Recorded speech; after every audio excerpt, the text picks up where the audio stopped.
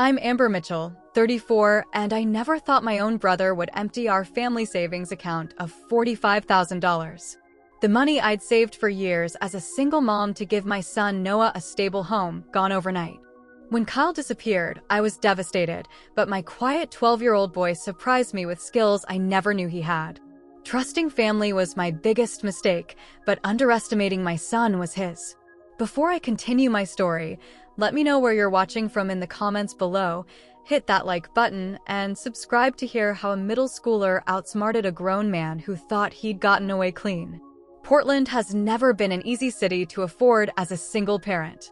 For the past 8 years, I've worked as an administrative assistant at Morgan & Hayes law firm, pinching pennies and sacrificing luxuries to save for a modest home for Noah and me. Our 2-bedroom apartment on the east side had always been a temporary stop. At least that's what I told myself every time the rent increased. Noah isn't your typical 7th grader. While other kids his age are glued to video games or sports, my son spends hours coding on his laptop, solving complex puzzles, and reading books well beyond his years. He's quiet and observant, sometimes eerily so. His teachers often remark that he notices things other children miss. When he was 10, he built a rudimentary security system for our apartment using parts from an old webcam and some coding knowledge he'd taught himself. That's my son, brilliant in his own introverted way. Then there's my brother Kyle. 3 years younger than me at 31, Kyle has always been the definition of charismatic but unreliable. Growing up, he was the golden child, handsome, athletic, and able to talk his way out of any situation. But as an adult, he bounced between jobs like they were hot potatoes. Bartender 1 month, sales rep the next, then construction worker, then rideshare driver. Nothing stuck because Kyle was always looking for the next best thing. Despite his flaws, I loved my brother. We'd been through a lot together after our parents died in a car accident 10 years ago.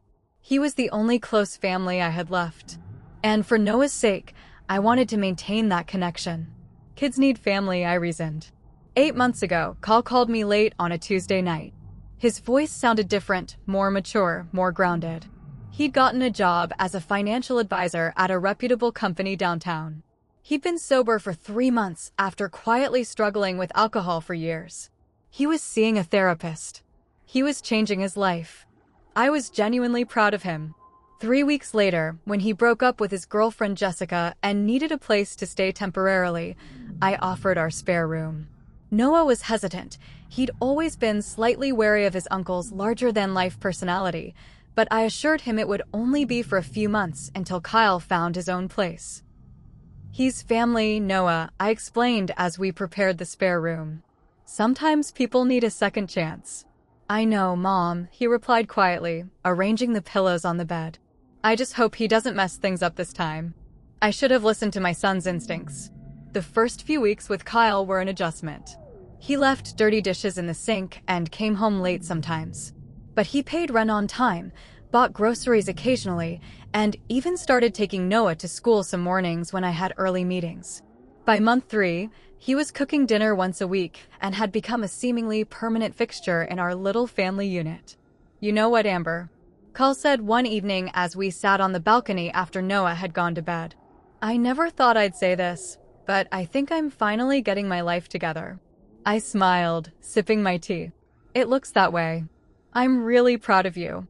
I've been saving, too, he continued, for my own place. But it's tough in this market. That's when the idea came to me.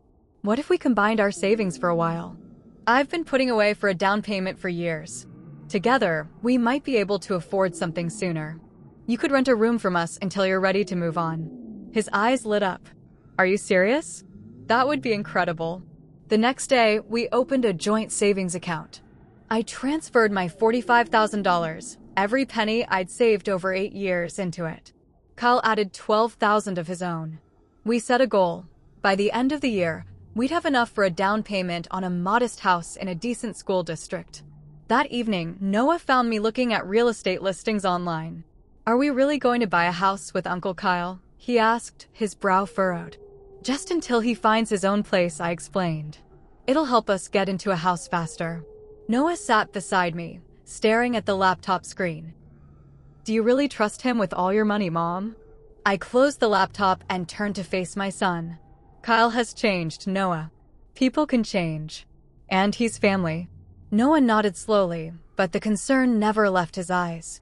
If you say so. For 3 more months, everything seemed perfect. Kyle got a promotion. I received a small raise. Our joint savings grew steadily. I started touring open houses on weekends, sometimes bringing Noah along to see his potential future home. I'd point out features, a backyard where he could hang out, a space for a proper desk for his computer projects, his own bathroom. For the first time in years, our dream felt within reach. If only I'd paid attention to the signs. The unexplained late nights Kyle started pulling again. The mysterious phone calls he'd take outside. The way he'd change the subject whenever I brought up specific houses I was interested in. But I was too caught up in the possibility of finally providing the stable home I'd promised Noah for years. Once we have our own place, I told Noah as we walked through a modest 3-bedroom house just 10 minutes from his school, everything will be different. No more rent increases. No more worrying about leases. We'll have something that's ours. Noah squeezed my hand. That sounds nice, Mom. I didn't realize then that I was building our future on quicksand. Monday mornings were always hectic in our household. This particular Monday in April seemed no different at first. I woke up at 5:45 a.m., started the coffee maker, and hopped in the shower. By 6:30, I was knocking on Noah's door to make sure he was getting ready for school. Noah, time to get up, I called through the door. Big math test today, remember? I heard a muffled response and continued with my routine, making breakfast and packing Noah's lunch. It wasn't until 6:45 that I realized I hadn't heard Kyle stirring. He usually left for work around 7:15, and his shower could be heard through our thin apartment walls. Noah, is your uncle up? I asked as my son emerged from his room, fully dressed but still sleepy-eyed. Haven't seen him, Noah mumbled, settling at the kitchen table. I walked to Kyle's room and knocked. No answer. I knocked again, louder this time. Still nothing. A strange feeling settled in my stomach as I turned the handle and pushed the door open. The room was empty. Not just empty of Kyle, but empty of his things. The closet door stood open, hangers dangling without clothes. The dresser drawers were partially pulled out, clearly emptied in haste. His laptop was gone from the desk. Even the framed photo of our parents that had sat on his nightstand was missing. Kyle, I called out, as if he might materialize from thin air. The apartment remained silent except for the sound of Noah eating cereal in the kitchen. I pulled out my phone and dialed Kyle's number. It went straight to voicemail. I tried again with the same result.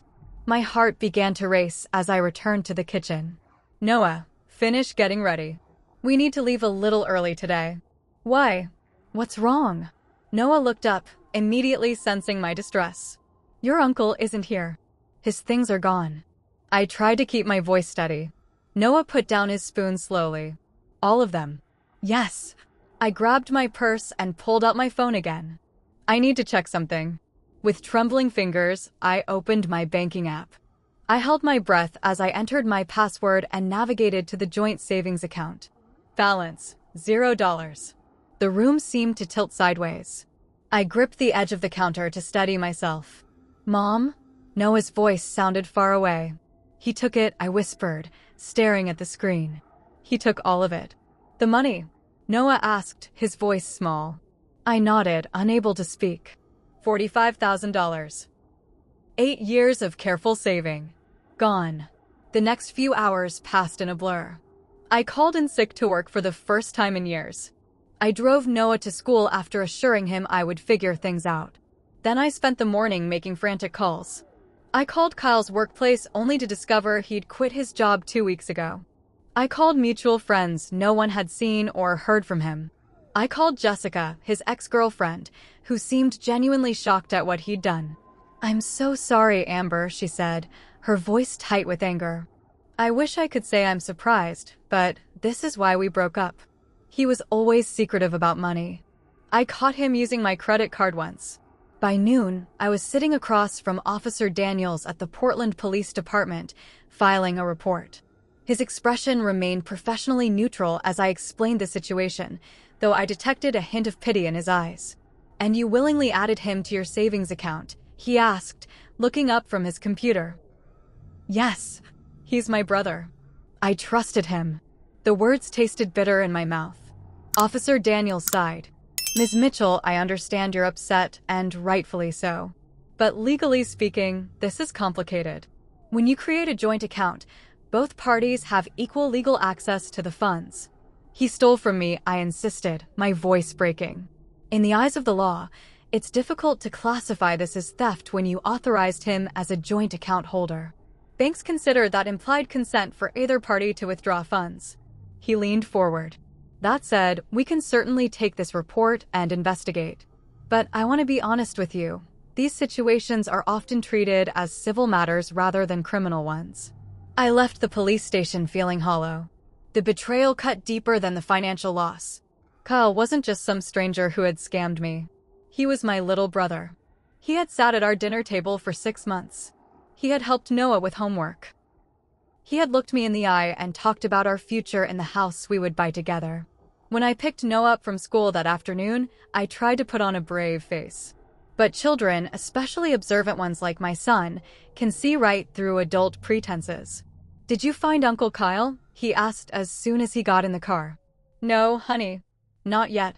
I focused on the road, blinking back tears. "He's not coming back, is he?" I pulled over to the side of the road and turned to face my son. "Noah, I need to tell you something difficult. Uncle Kyle took our money. All of it. The money for our house." Noah's expression didn't change much, just a slight tightening around his eyes. "I thought maybe that happened. You've been crying." I reached out to touch his cheek. "I'm so sorry, Noah. I know how much you wanted that house." "It's not your fault, Mom," he said with a maturity that broke my heart all over again. "Uncle Kyle is the one who did something wrong." "Yes, but I let him in. I trusted him with our future." A tear escaped despite my best efforts. Noah unbuckled his seatbelt and leaned over to hug me awkwardly across the center console. "We'll figure it out. I'll help you." I held on to my son, this remarkable child who was offering me comfort when I should have been the strong one. In that moment, I felt both profound failure and immense gratitude. "I don't know how we're going to fix this," I admitted. Noah pulled back and met my gaze with unusual intensity. "I do. I'm good with computers, remember? People leave digital footprints everywhere. Uncle Kyle isn't as smart as he thinks he is." I managed a weak smile, appreciating his attempt to make me feel better. "It's not that simple, sweetheart." "Yes, it is," Noah insisted. "He can't just disappear. Nobody can anymore." I started the car again, assuming Noah was simply trying to be supportive in his 12-year-old way. I had no idea that he was actually making me a promise, one that he intended to keep. The financial realities hit hard and fast. Our rent was due in 10 days.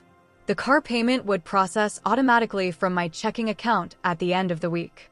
Noah's summer camp deposit was non-refundable, but the remaining balance was coming up.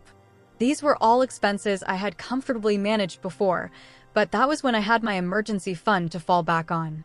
The emergency fund that now showed a balance of 0. The morning after discovering Kyle's betrayal, I sat down with all our bills spread across the kitchen table. With just my regular checking account and the small amount in my 401k that I couldn't touch without significant penalties, the math was grim. We could make it through the next month, maybe 2, but without that savings cushion, any unexpected expense would topple our precarious financial situation. At 9 a.m., I walked into First National Bank and asked to speak with a manager. Sarah Thompson, a woman about my age with sympathetic eyes, listened as I explained what had happened. "I understand how devastating this is, Ms. Mitchell," she said, "but unfortunately, from a banking perspective, there isn't much we can do. When you created a joint account, you authorized Mr. Mitchell to have full access to those funds. But he clearly stole the money," I argued, trying to keep my voice steady. "Can't the transaction be traced? Can't the bank freeze his new account if he deposited it somewhere?" Sarah shook her head. "Banking privacy laws prevent us from being able to tell you where those funds might have been transferred. And without a court order, we can't freeze anyone's accounts." "Have you filed a police report?" Yes, but they didn't seem hopeful. She reached across her desk and touched my hand briefly. I would suggest consulting with an attorney. This may need to be handled as a civil matter. That afternoon, I swallowed my pride and approached Jason Martinez, one of the attorneys at my firm. He specialized in family law and had always been kind to me. I caught him between meetings and asked if I could have 5 minutes of his time. In his office, I gave him the abbreviated version of what had happened. His expression grew increasingly troubled as I spoke. "Amber, I'm so sorry," he said when I finished. "What your brother did was morally reprehensible, but legally, it's a gray area. Since you willingly added him to the account, it becomes difficult to prove intent to defraud. So he just gets away with it." My voice cracked. "Not necessarily. You could file a civil suit against him for breach of verbal contract if you had an agreement about the purpose of the funds. But first, you'd need to find him." Jason leaned forward. "Do you have any idea where he might have gone?" I shook my head. "His phone goes straight to voicemail. He quit his job 2 weeks ago without telling me. Nobody has heard from him." Jason jotted something on a notepad and handed it to me. "This is the name of a private investigator I've worked with. He's good at finding people who don't want to be found. I can't make any promises, but it might be worth a conversation." I looked at the paper, my vision blurring with tears I refused to let fall in my workplace. "I can't afford a private investigator right now. Let me make a call. He owes me a favor." Jason's kindness nearly undid my fragile composure. That evening, I made the hardest phone call to my closest friend Laura. We'd been friends since college, and though she wasn't wealthy by any means, I knew she was more financially stable than I was. "I need to borrow some money," I admitted after explaining the situation. "Just for the short term. For rent and basics until I can figure this out." "Oh my God, Amber." "Of course," Laura said without hesitation. "How much do you need?" $3,000 would get us through the next month. The amount felt enormous to ask for, but it was the minimum we needed to stay afloat. "I'll transfer it right now. And I'm coming over tomorrow with groceries." No arguments. After putting Noah to bed that night, I sat alone at the kitchen table, staring at my laptop screen. I'd opened a document titled Financial Recovery Plan, but it remained blank. The cursor blinked mockingly at me as minutes ticked by. Eventually, I closed the laptop and put my head in my hands. Sleep became a luxury I couldn't afford in the days that followed. I'd lie awake calculating and recalculating our expenses, trying to find corners to cut from an already tight budget. I lost 5 pounds in the first week simply because my appetite had vanished. The constant anxiety manifested physically: tension headaches, stomach issues, a persistent twitch under my left eye. At work, I struggled to maintain my usual efficiency. Michael Hayes, the senior partner and my direct supervisor, called me into his office on Friday afternoon. "Amber, is everything all right?" he asked after I'd fumbled a simple filing task for the 3rd time that week. "You don't seem like yourself lately." I considered offering some vague explanation, but the stress and exhaustion had worn down my defenses. To my horror, I burst into tears right there in his office. Between sobs, I told him everything: Kyle's betrayal, the empty bank account, my fears about providing for Noah. Michael listened without interrupting, occasionally passing me tissues from the box on his desk. "I'm so sorry," I said when I finally regained composure. "This is completely unprofessional. I promise it won't affect my work going forward." Michael regarded me thoughtfully. "Amber, you've been with this firm for 8 years. You've never once brought personal problems to work. If this has affected your performance, it must be serious indeed." He paused. "I'm not just your boss. I'd like to think we're also colleagues who respect each other. Let us help."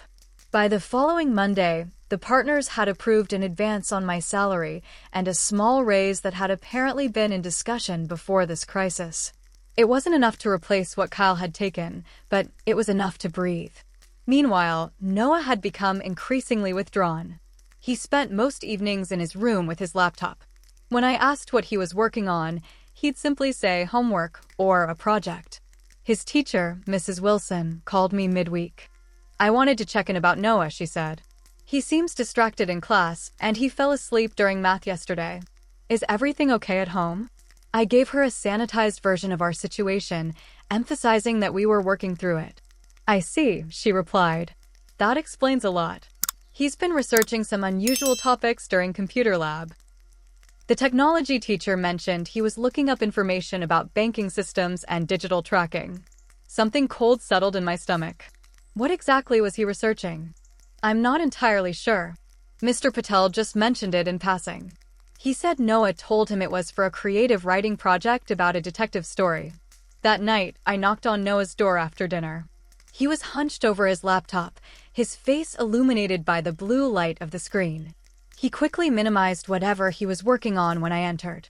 Hey, buddy. Can we talk for a minute? Noah nodded, closing his laptop. Mrs. Wilson called today. She said you've been tired at school. I sat on the edge of his bed. And that you've been researching some interesting topics in computer lab. A flicker of something guilt? Defiance crossed his face. It's just for a project. Noah, I know things are stressful right now, but I'm the adult. It's my job to fix this situation, not yours. You need to focus on being a kid and doing well in school. He looked down at his hands. But I can help. I'm good at finding information. What kind of information are you trying to find? I asked gently. Noah was silent for a long moment. Then he opened his laptop again. I didn't want to tell you until I was sure. He pulled up a folder labeled Kyle and turned the screen toward me. I think I know how to find Uncle Kyle. My first instinct was to close the laptop and tell Noah to forget about Kyle. This wasn't a burden for a 12-year-old to carry. But the determined look in my son's eyes stopped me. What is all this? I asked, scanning the screen filled with documents, screenshots, and what appeared to be a crude digital map. Uncle Kyle's digital footprint, Noah said, his voice gaining confidence. Everyone leaves traces online, Mom. Especially people who aren't careful. I moved closer to get a better look. How did you even begin to find this information? Remember when Uncle Kyle's laptop had that virus a few months ago? He asked me to fix it. Noah clicked through to a subfolder. I set up his system recovery, but I also noticed he never logged out of anything. He saved all his passwords in his browser. A mixture of pride and concern washed over me.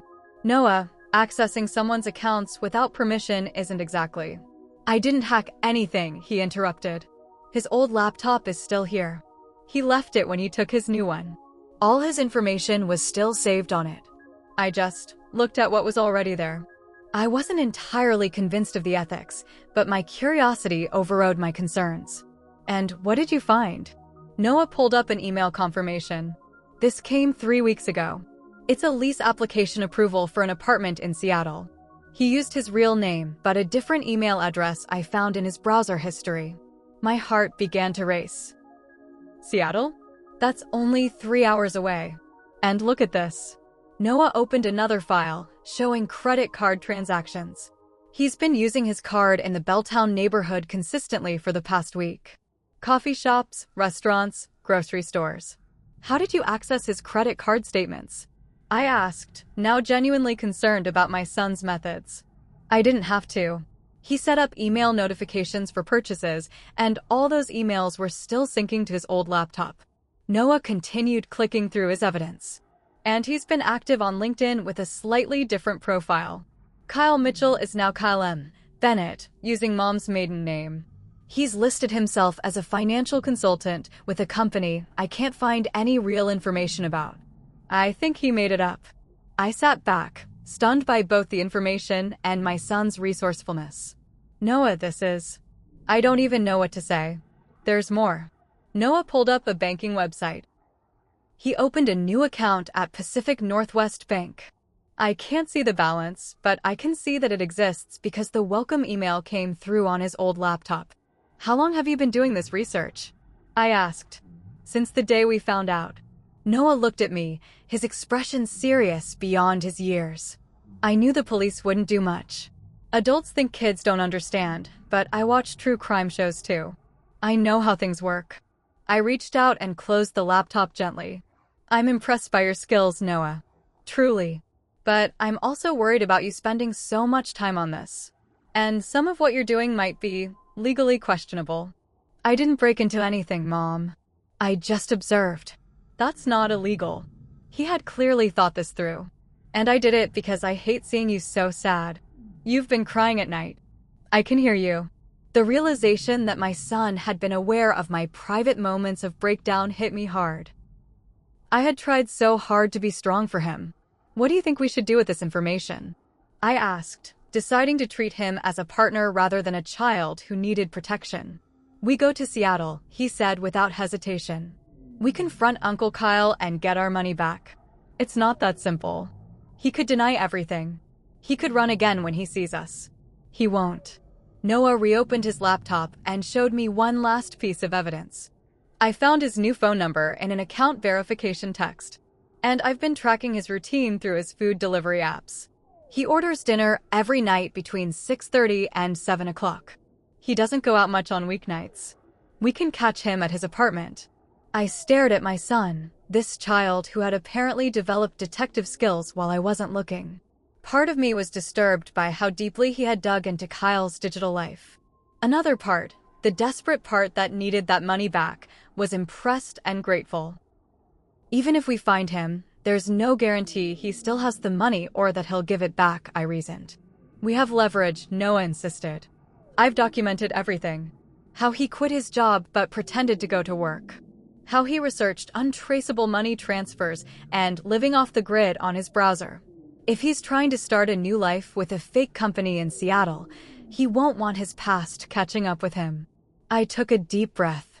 Let me think about this. What you found is incredibly valuable, but confronting Kyle could be dangerous. He's obviously not the person we thought he was. Noah nodded solemnly. Just don't wait too long. He's already cleared out his food delivery apps. He might be preparing to move again. That night, I called Jason Martinez at home. I explained what Noah had discovered, carefully framing it as information we came across rather than detailing my son's digital detective work. This changes things, Jason said. With a specific location, we can have him served with legal papers. But honestly, Amber, direct confrontation might be faster than the legal system in this case. If you can get him to admit what he did and agree to repayment, we can draft a promissory note on the spot. You think I should go to Seattle? If you do, don't go alone. And document everything. Record the conversation if Washington law allows it. It's a two-party consent state, so you'd need to inform him he's being recorded. After hanging up, I sat in the dark living room for hours, weighing our options. The legal route could take months or years, with no guarantee of success.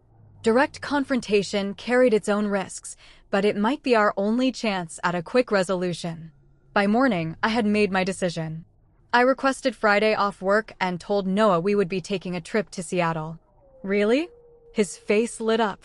We're going to find him? We're going to try, I clarified. But we need to be prepared for this not to work. And we need to be careful. Your uncle has already shown he's willing to hurt us. He won't be expecting us, Noah said confidently. And he definitely won't be expecting me to have tracked him down. Over the next 2 days, we prepared carefully. Noah created a detailed map of Kyle's movements based on his digital activity. I spoke with Laura, who insisted on coming with us for safety. I withdrew the little cash I could from my checking account. And Jason Martinez prepared a promissory note and a script of exactly what I should say from a legal standpoint. As we packed the car on Friday morning, I looked at Noah, this child who had somehow become my partner in this bizarre situation. Are you absolutely sure about this? It's not too late to let the adults handle it. Noah zipped up his backpack containing his laptop and evidence folder. I'm sure, Mom.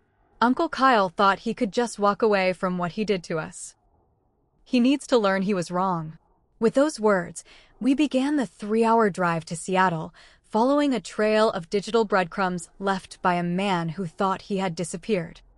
The drive to Seattle was filled with an electric tension. Noah sat in the back seat with his laptop open, occasionally updating us on Kyle's recent digital activities. Laura drove while I stared out the window, rehearsing what I would say when we finally came face to face with my brother.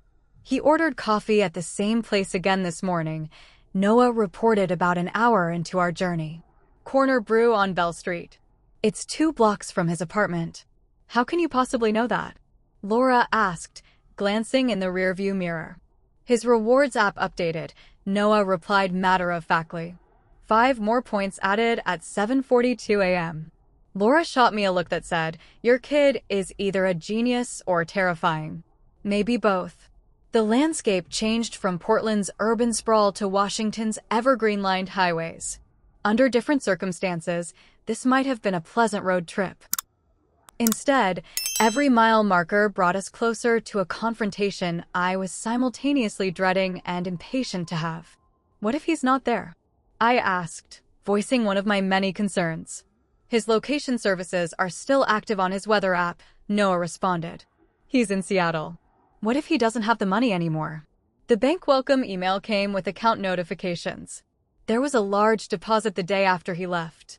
Noah had an answer for everything. He might have spent some, but not all of it. Not in less than 2 weeks. What if he refuses to talk to us? This time, it was Laura who answered. Then we call the police and show them everything Noah has found.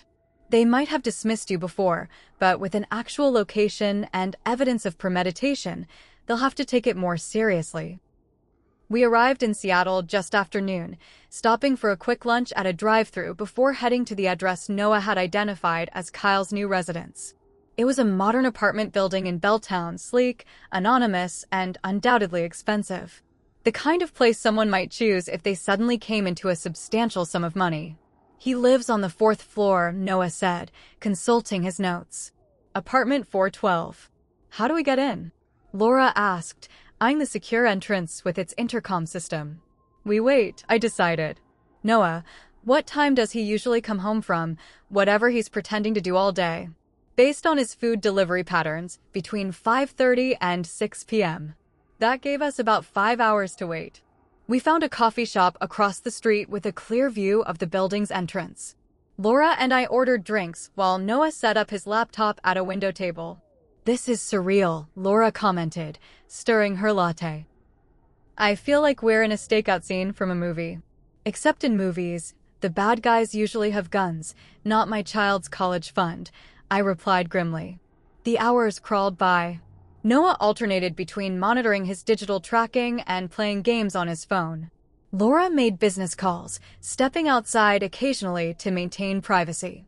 I sat, watching the building entrance, jumping slightly every time someone who remotely resembled Kyle approached. At 4:45 p.m., we moved to Laura's car, parked with a view of both the front and back entrances to the apartment building. The waiting was excruciating. Every minute stretched my nerves tighter.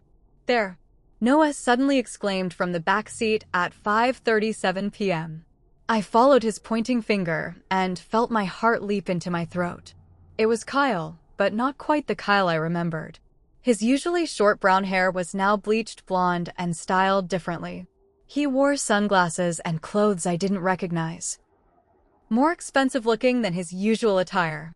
But his walk, the slight slouch of his shoulders, was unmistakable. That's him, I confirmed, my voice barely a whisper.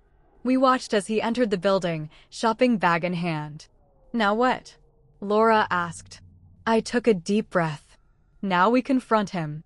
We waited 15 minutes, enough time for him to get settled, but not so long that he might leave again.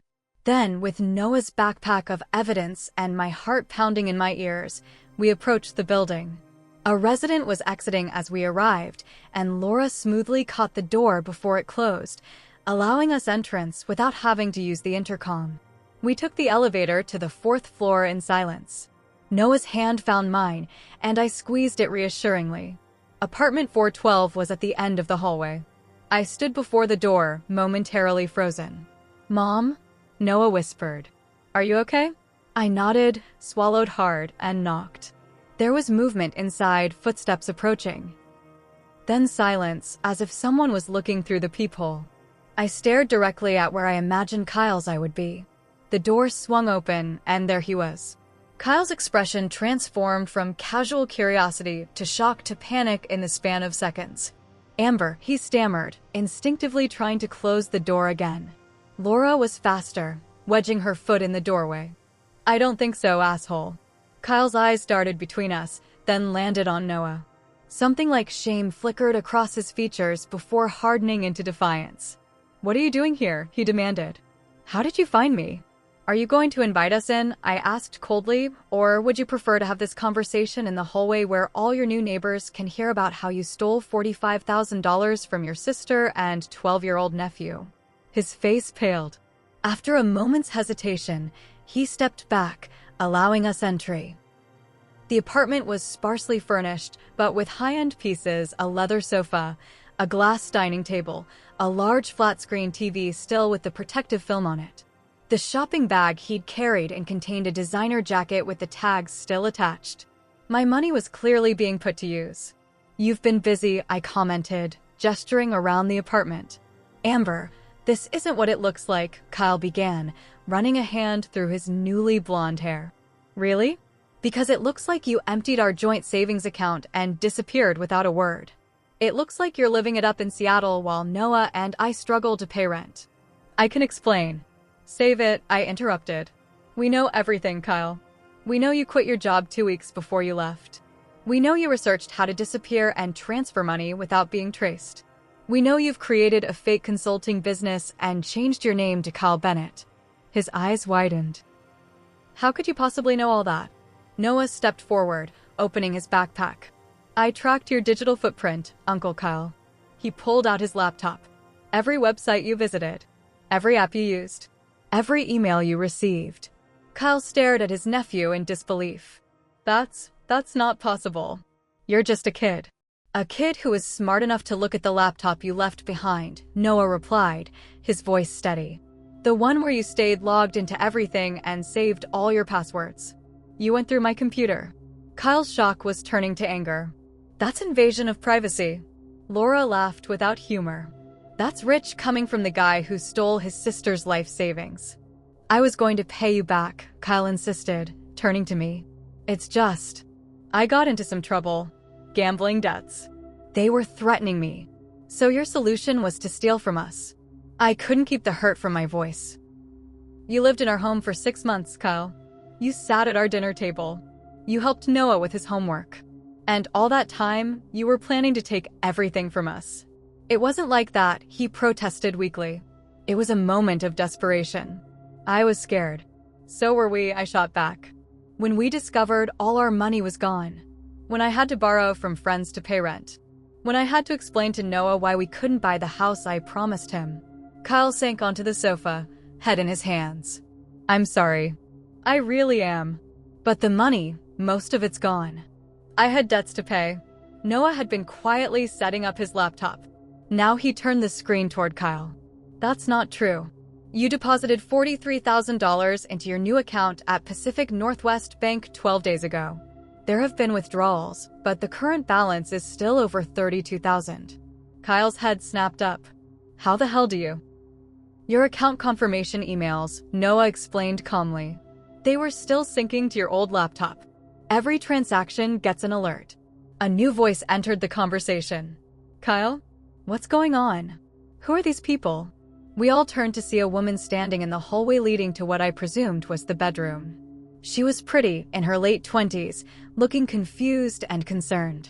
"Taylor," Kyle said, clearly flustered. This is my sister Amber. And my nephew Noah. And their friend."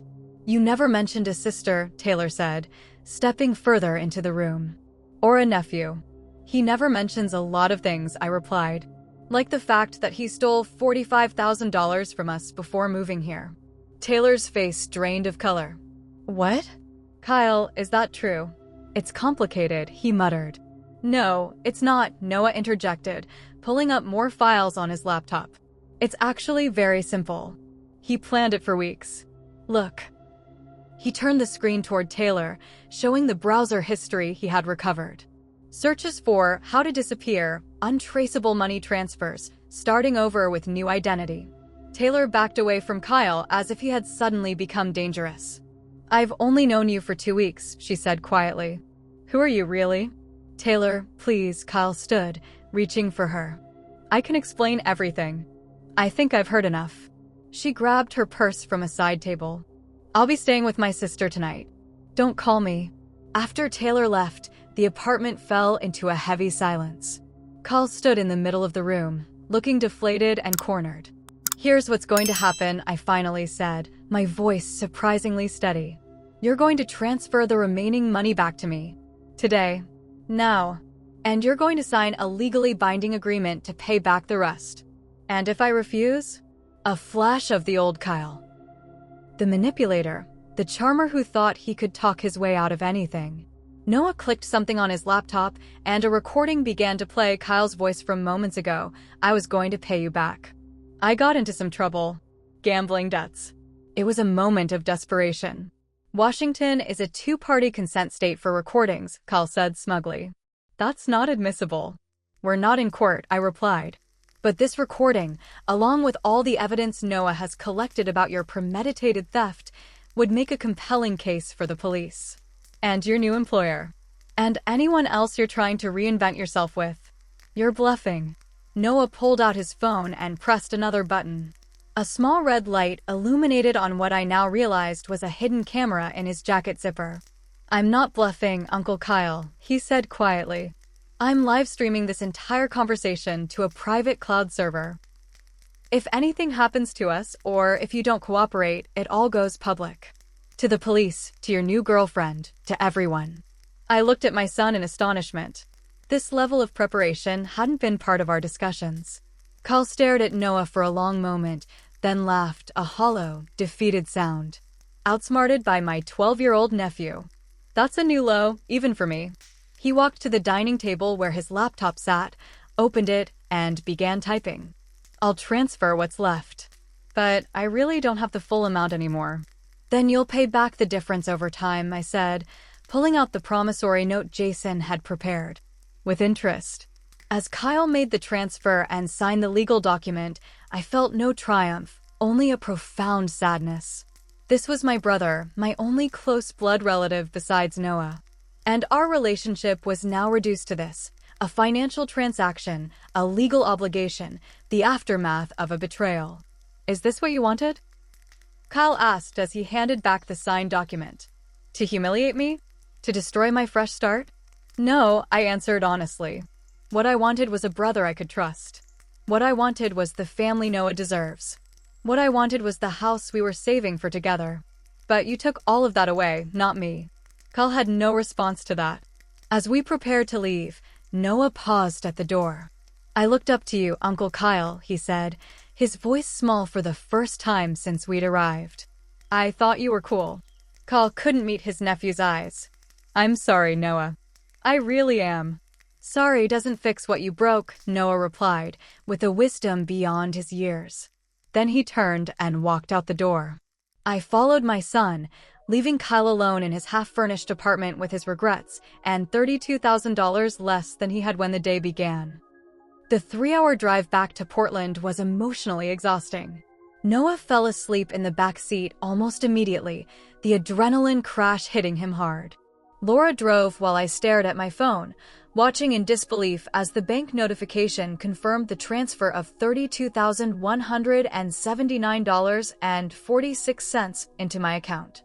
I still can't believe it worked, I whispered, not wanting to wake Noah. I can't believe he actually had most of the money. I can't believe your son pulled off an operation that would impress the FBI, Laura replied, keeping her eyes on the rainy highway. Amber, you realize Noah is basically a superhero, right? I glanced back at my sleeping child, his face peaceful now that our mission was accomplished. He shouldn't have had to be. He's 12. He should be worried about video games and math homework, not tracking down his criminal uncle. Maybe, but he stepped up when you needed him most. That says a lot about how you've raised him. We arrived home late that night. I carried my still sleeping son to his bed, removing only his shoes before tucking him in. As I brushed his hair away from his forehead, he stirred slightly. Did we really get the money back? He mumbled, half asleep. Yes, honey. We really did. Thanks to you. Good. His eyes drifted closed again. I knew we would. The next morning, I called Jason Martinez to report our success and next steps. He was impressed, but concerned about our confrontation approach. You're lucky it didn't go sideways, he cautioned. But I'm glad you got most of the funds back. I'll file the promissory note with the court on Monday. That will make it legally binding. What about Kyle? Should we press charges? I still felt conflicted about the appropriate consequences for my brother. That's entirely your decision. The police might take it more seriously now that you have evidence of premeditation and a signed confession of sorts. But pursuing criminal charges is a long process with no guaranteed outcome. After careful consideration and discussion with Noah, we decided to file a formal report with the police, including all the digital evidence Noah had collected. Detective Rivera at the Portland Police Department was significantly more interested in our case now that we had concrete evidence and a partial recovery of funds. "This is excellent work," she said, reviewing Noah's files. "Especially from someone your age." She looked at my son with newfound respect. "Is he going to jail?" Noah asked directly. Detective Rivera glanced at me before answering. "That's difficult to say. Because it was a joint account, and he's returned a significant portion of the money, the district attorney might not prioritize prosecution. But we will investigate, and at minimum, there will be a record of what he did." That seemed fair to me. As much as Kyle had hurt us, I didn't necessarily want him behind bars. I wanted him to make amends, to understand the pain he'd caused, and to never be in a position to hurt us again. The next step was protection. With Jason's help, I filed for a restraining order against Kyle. The judge granted it based on the financial exploitation and the potential for future harm. It felt strange to legally bar my brother from contacting us, but after what he'd done, it was necessary. Then came the process of rebuilding our financial security. I opened a new account at a different bank, one without any history or connection to Kyle. I set up additional security measures, including two-factor authentication and notifications for any withdrawal over $100. The paranoia would fade with time, I hoped, but for now, extra caution felt warranted. With the recovered money, we were able to pay back Laura and rebuild most of our emergency fund. The house down payment would have to wait until Kyle repaid the remaining $13,000, but we were in a much better position than we had been just days ago. Noah seemed to process the experience in his own way. He was quieter than usual, spending time organizing and securing the evidence he'd collected. One evening, I found him deleting files from his Kyle folder. "What are you doing?" I asked, sitting beside him on his bed. "Getting rid of stuff we don't need anymore," he replied. Detective Rivera has copies of everything important. "How do you feel about everything that happened?" I asked carefully. "With Uncle Kyle?" Noah considered the question. "Sad. And kind of angry still. But also," he hesitated, "also proud, I guess, that I could help." "You did more than help, Noah. You saved us." He shrugged, uncomfortable with the praise.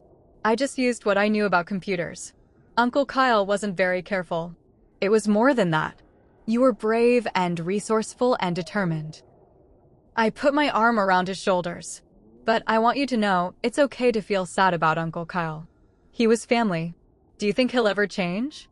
Like, really change?" It was a profound question that deserved an honest answer. "I don't know. People can change, but they have to want to. They have to do the hard work themselves. We can't change them." Noah nodded thoughtfully. "Is that why we got the restraining order?" "Because we don't think he'll change. We got it because we need to protect ourselves while he figures out who he wants to be." I squeezed his shoulder. "Maybe someday, if he proves he's different, we can reconsider. But for now, this is what safety looks like for us." The following weeks brought a strange new normal. Kyle made the first scheduled payment on time, deposited directly to an account set up solely for that purpose. He sent an email, not blocked by the restraining order, with a simple message: "I know this doesn't fix anything, but I'm sorry. I'm getting help." I didn't respond. Words felt insufficient after what had happened. But I didn't delete the email either. Noah gradually returned to his regular activities, though his interest in cybersecurity had clearly been ignited by the experience. His technology teacher, Mr. Patel, took a special interest in Noah's newfound focus, steering him toward ethical hacking and security protocols rather than surveillance techniques. "Your son has remarkable aptitude," Mr. Patel told me during a parent-teacher conference. "But it's important he understands the ethical responsibilities that come with such skills." I couldn't have agreed more. Noah and I had several conversations about privacy, digital boundaries, and the legal implications of his methods in tracking Kyle. While I was grateful for the outcome, I wanted to ensure he understood that emergency situations didn't justify making a habit of invading others' digital spaces. Surprisingly, word of our ordeal spread through our small community. I hadn't intended to share the story widely, but Laura had mentioned it to a few mutual friends, and soon I was receiving calls and texts from people offering support. Some shared similar experiences with family financial betrayal. Others simply wanted to check in or offer help. Michael Hayes, my boss, called me into his office one Friday afternoon about a month after our Seattle confrontation. "Amber, the partners and I have been discussing your situation." He smiled warmly. "We'd like to offer you a promotion to Senior Administrative Coordinator. It comes with a significant salary increase that might help you rebuild your savings more quickly." "That's incredibly generous," I said, genuinely moved. "But I don't want charity." "This isn't charity," Michael assured me. "We've been planning to create this position for months. Your handling of the Kyle situation simply confirmed what we already knew. You're resourceful, determined, and exactly the kind of person we want in a leadership role." The promotion meant an additional $8,000 annually, not enough to replace what Kyle had taken immediately, but enough to accelerate our recovery significantly. I accepted with gratitude. Through it all, Noah remained my rock. He had seen me at my most vulnerable and stepped up in ways I never could have anticipated. Our relationship had subtly shifted, not that he had become the parent or I the child, but we had become partners in a way we hadn't been before. He had earned a new level of respect, and I found myself consulting him more often on decisions that affected our household. 3 months after our confrontation in Seattle, Kyle's second payment arrived on schedule. Attached was a letter, handwritten this time. "I'm 6 weeks sober," it read. "I've been diagnosed with gambling addiction and am working through a program. I know you have no reason to believe me, but I wanted you to know that I'm trying. What I did to you and Noah was unforgivable. I don't expect forgiveness, but I hope someday you might believe that I regret it with every fiber of my being." I showed the letter to Noah, who read it carefully. "Do you think he means it?" he asked. "I don't know," I answered honestly, "but I hope he does." Noah nodded. "Me too." That weekend, we did something we hadn't done since before Kyle's betrayal. We went house hunting. Not to buy yet, but just to look, to dream a little, to remind ourselves that our setback was temporary, not permanent. As we walked through a modest 3-bedroom home in a neighborhood with good schools, I watched Noah examining the room that could be his. "What do you think?" I asked. He ran his hand along the windowsill, looking out at the small backyard with its single maple tree. "I like it. It feels safe." "That's what matters most," I agreed. "That we feel safe." And for the first time in months, I truly did. 6 months after our confrontation with Kyle in Seattle, life had found a new rhythm. The acute pain of betrayal had dulled to an occasional ache, appearing only when unexpected reminders surfaced. Kyle had made 5 payments on time, each one arriving with a short update on his recovery. I still didn't respond, but Noah and I read each one together, documenting our progress toward financial restoration. We moved from our old apartment to a slightly larger one in a secure building with a doorman. The rent was marginally higher, but my promotion covered the difference, and the additional security was worth every penny. The new place had a small study that became Noah's computer workshop, complete with a desk I found secondhand and refurbished as a weekend project. The most profound change wasn't in our living situation, but in Noah himself. The quiet, observant boy had grown more confident, more willing to share his thoughts and ideas. His teachers noticed the transformation too. "Noah has really come out of his shell," Mrs. Wilson told me during our spring parent-teacher conference. "He's participating more in class discussions and even volunteered to help with the school's computer security audit." This latter project became a turning point for Noah. The school's technology coordinator, impressed by Noah's skills, which I had carefully explained as an interest in cybersecurity without mentioning the Kyle situation, invited him to help identify vulnerabilities in the school's network. Under proper supervision, Noah discovered 3 significant security flaws that could have compromised student data. "Mom, I found a way to access the grade database," he told me excitedly one evening. Mr. Patel said it was a really serious vulnerability. "They're fixing it because of me." His pride was palpable and well-deserved. More importantly, he was channeling his technical abilities toward protection rather than surveillance. A distinction we had discussed at length. "That's fantastic, Noah," I said, genuinely impressed. "You're using your powers for good." He grinned at the superhero reference. "Mr. Patel says I should consider cybersecurity as a career. There's even summer camps for kids who are interested." The camp he mentioned was expensive, $500 for 2 weeks, but it seemed like the perfect opportunity to nurture his talents in a structured, ethical environment. I added it to our financial plan, determined to make it work even if it meant taking on extra hours at the firm. As it turned out, I didn't need to. When the local newspaper ran a small story about Noah's role in improving the school's security, a technology company in Portland reached out with a scholarship offer for the camp. The owner, a woman named Diane Fletcher, had experienced a similar financial betrayal by a family member years earlier.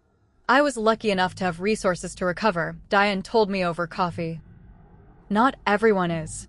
I believe in supporting resilient families, especially when young people show promise in technology fields. Noah's participation in the school security project led to another unexpected opportunity. His science teacher encouraged him to develop a project for the regional science fair focused on digital security for ordinary people. Noah spent weeks creating a simple application that could detect when too much personal information was being shared online. "It's like a warning system," he explained as he demonstrated the prototype. "It scans what you're about to post and highlights potentially sensitive information, addresses, account numbers, personal identifiers, things that could be used against you." The irony wasn't lost on me that Kyle's carelessness with his digital information had inspired Noah to create a tool that might have prevented our situation had Kyle used it.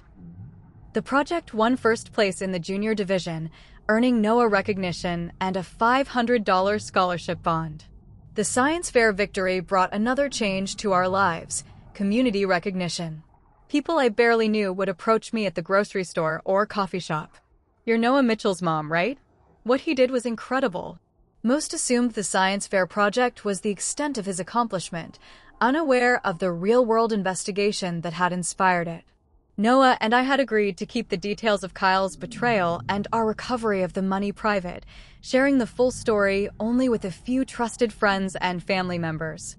Laura remained our staunchest supporter. She had been there through the worst of it and celebrated each milestone in our recovery. When Noah's birthday approached in May, she insisted on hosting a small party at her house. "After everything that kid has been through, everything he's accomplished, he deserves a celebration," she declared. The gathering was modest, but meaningful. A few of Noah's closest friends, my colleagues who had supported us through the crisis, his favorite teachers. As I watched him blow out the candles on his cake, surrounded by people who genuinely cared for him, I felt a profound gratitude that overshadowed the lingering hurt from Kyle's actions. That evening, after the guests had gone and we returned to our apartment, Noah and I sat on our small balcony watching the sunset. "Did you have a good birthday?" I asked. He nodded, fingering the edge of the new laptop case Laura had given him, emblazoned with the logo of his favorite cybersecurity company. "It was the best." "You've been through a lot this year," I said carefully. "More than most kids your age ever experience. How are you feeling about everything now?" Noah considered the question with his characteristic thoughtfulness. I think I'm okay. Better than okay, actually." He looked up at me. "What Uncle Kyle did was terrible. But if it hadn't happened, I wouldn't have discovered what I'm good at, what I might want to do with my life." His wisdom continued to astonish me. That's a very mature way of looking at it. Finding the silver lining. "It's not just that," he continued. "I feel different now. Stronger. Like if something bad happens again, I know we can handle it. Together." I reached over and squeezed his hand. "We definitely can." The following week brought another letter from Kyle, this one different from the rest. Inside the envelope was his 6th payment, on time, as usual, but also a formal document. I've legally changed my name back to Kyle Mitchell, the accompanying note read. I'm done hiding from who I am and what I've done. My therapist suggested I focus on making amends where possible and accepting consequences where necessary. I understand if you never want to speak to me again, but I wanted you to know that I'm committed to repaying every cent and to becoming someone worthy of a second chance, even if that chance never comes. I shared the letter with Noah, as had become our custom. What do you think? He asked after reading it. Do you believe him this time? I want to, I admitted. But trust, once broken, is hard to rebuild. It takes more than words on paper. Or even money, Noah added wisely. Exactly. It takes consistent actions over time. I folded the letter and returned it to its envelope. For now, we focus on us. On building our future. That future was looking increasingly positive. With Kyle's regular payments, my promotion, and careful budgeting, our savings account was growing again. Not as quickly as before, but steadily enough that I had begun to tentatively look at real estate listings again. One Saturday morning in June, I found Noah studying the housing market on his laptop. What are you researching? I asked, setting a glass of orange juice beside him. Houses under $300,000 in good school districts, he replied without looking up. I've created a spreadsheet to compare property taxes, utility costs, and appreciation potential. I laughed, though I was touched by his initiative. Noah, you don't need to worry about this. I'm the parent. He finally glanced up, his expression serious. I know, but we're a team now, right? You said so yourself. I nodded, acknowledging the truth in his words. We are indeed a team. But I want you to be a kid too. To enjoy being 12, almost 13. I am enjoying it, he insisted. This is interesting to me. It's like a puzzle, finding the best house for the best price in the best location. It's problem solving. I looked over his shoulder at the spreadsheet he'd created.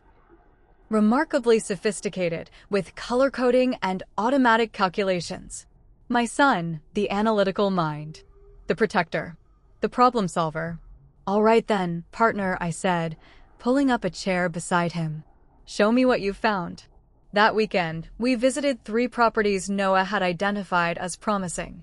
None was perfect. One needed significant updates. Another had a longer commute to school. The third had a smaller yard than ideal. But the exercise itself was healing. We were no longer just recovering. We were planning. Moving forward. The final house we visited that day was a modest 3-bedroom ranch in a quiet neighborhood.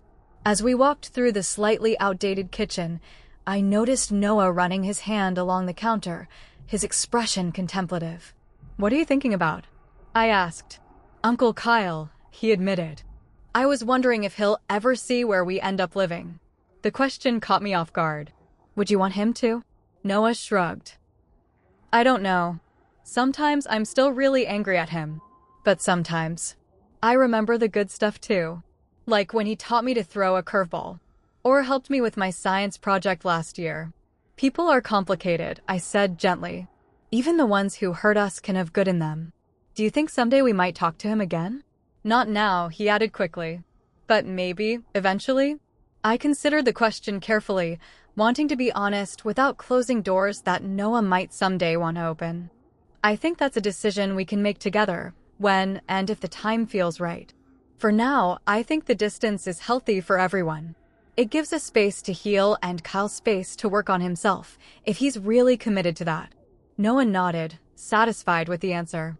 I like this house, he said, changing the subject. The kitchen needs updating, but there's a perfect spot for a computer desk in the 2nd bedroom. The practicality of his assessment made me smile. We'll add it to the possibilities list. That night, I received an unexpected email from Detective Rivera. Thought you might want to know, she wrote. Your brother voluntarily came in today to provide a full statement about what he did. He's enrolled in a gambling addiction program and wanted this on record. No charges are being filed per your request, but his statement is now part of the official record. Thought it might give you some peace of mind. I stared at the screen, a complex mix of emotions washing over me. Kyle hadn't mentioned this in his letter. He hadn't done it for show or to earn forgiveness. He had simply done the right thing, knowing I might never even learn about it. Perhaps people could change after all. Not overnight, and not without consistent effort, but gradually, through small choices that eventually formed a different pattern. The next morning, I told Noah about Kyle's statement to the police. "That's good, right?" he asked. "It's a positive sign," I agreed. Actions speak louder than words. Noah was quiet for a moment. Maybe for his birthday, we could send a card. Not saying everything's okay, just acknowledging him. The suggestion revealed Noah's compassionate heart, something Kyle's betrayal hadn't managed to damage. Maybe we could, I agreed. We'll see how we feel when the time comes. The following weekend, we attended an open house for a property slightly above our current price range, but worth seeing as a benchmark for the future. As we walked up the driveway, Noah suddenly stopped. "Mom," he said, his voice filled with quiet determination. "No matter where we live, we're going to be okay, aren't we?" I looked at my son. This remarkable young person who had faced adult betrayal with courage and ingenuity, who had helped save our future when it seemed lost, who was finding his path in the world partially because of, not despite, the challenges we'd encountered. "Yes, Noah," I replied with absolute certainty. "We are definitely going to be okay." And as we walked together toward the house that might or might not become our future home, I knew it was true.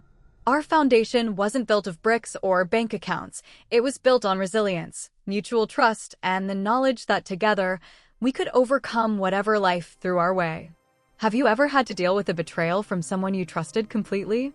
How did you find the strength to move forward? Share your story in the comments below, and don't forget to like and subscribe if you found our journey inspiring. Remember that sometimes our greatest challenges reveal strengths we never knew we had. Thank you for listening, and I hope our experience helps you find courage in your own difficult situations.